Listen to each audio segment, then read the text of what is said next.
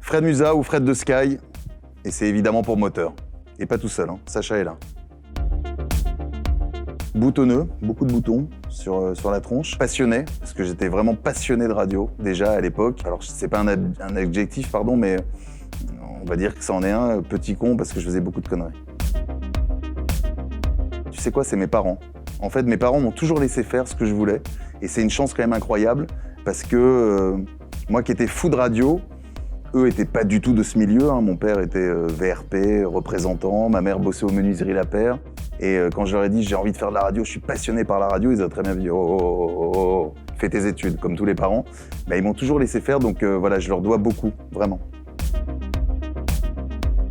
Jamais. Ah bah non, je peux te dire que voilà, justement à l'adolescence, j'avais pas confiance en moi. Même encore aujourd'hui, j'ai pas confiance en moi. Tu vois, je me dis j'ai trop de bides, j'ai trop de trucs. J'ai toujours un problème.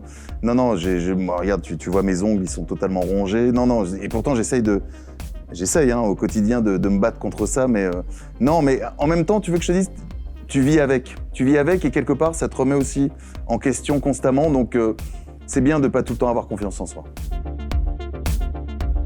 Le seul conseil, donc j'aurais aimé peut-être quelque part, on a peut-être dû me le donner, mais je m'en souviens plus, mais c'est en fait de vivre, en tout cas d'aller au bout de sa passion, voilà. Donc même si ça marche pas, bah, tant pis, tu auras tout le temps pour après te dire bah, pourquoi ça n'a pas marché, parce qu'il y a eu ça, il y a eu ça. Mais quand tu as une passion, bah, voilà, vis-la à fond, n'aie pas de regrets, donc fonce.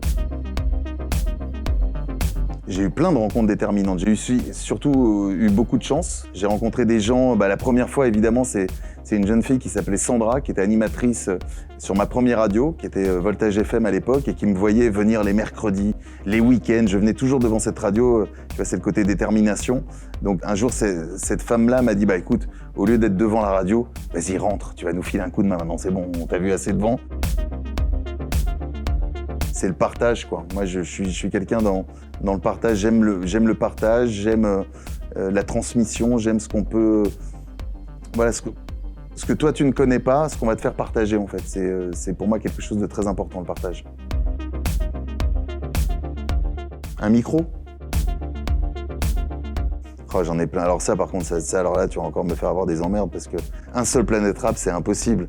Un Planète Rap qui t'a marqué, c'est pas possible. Je te dirais, tu sais quoi alors, pour pas faire de jaloux, le Planète Rap qui m'a marqué, c'est celui qui arrive la semaine prochaine. Comme ça on est tranquille.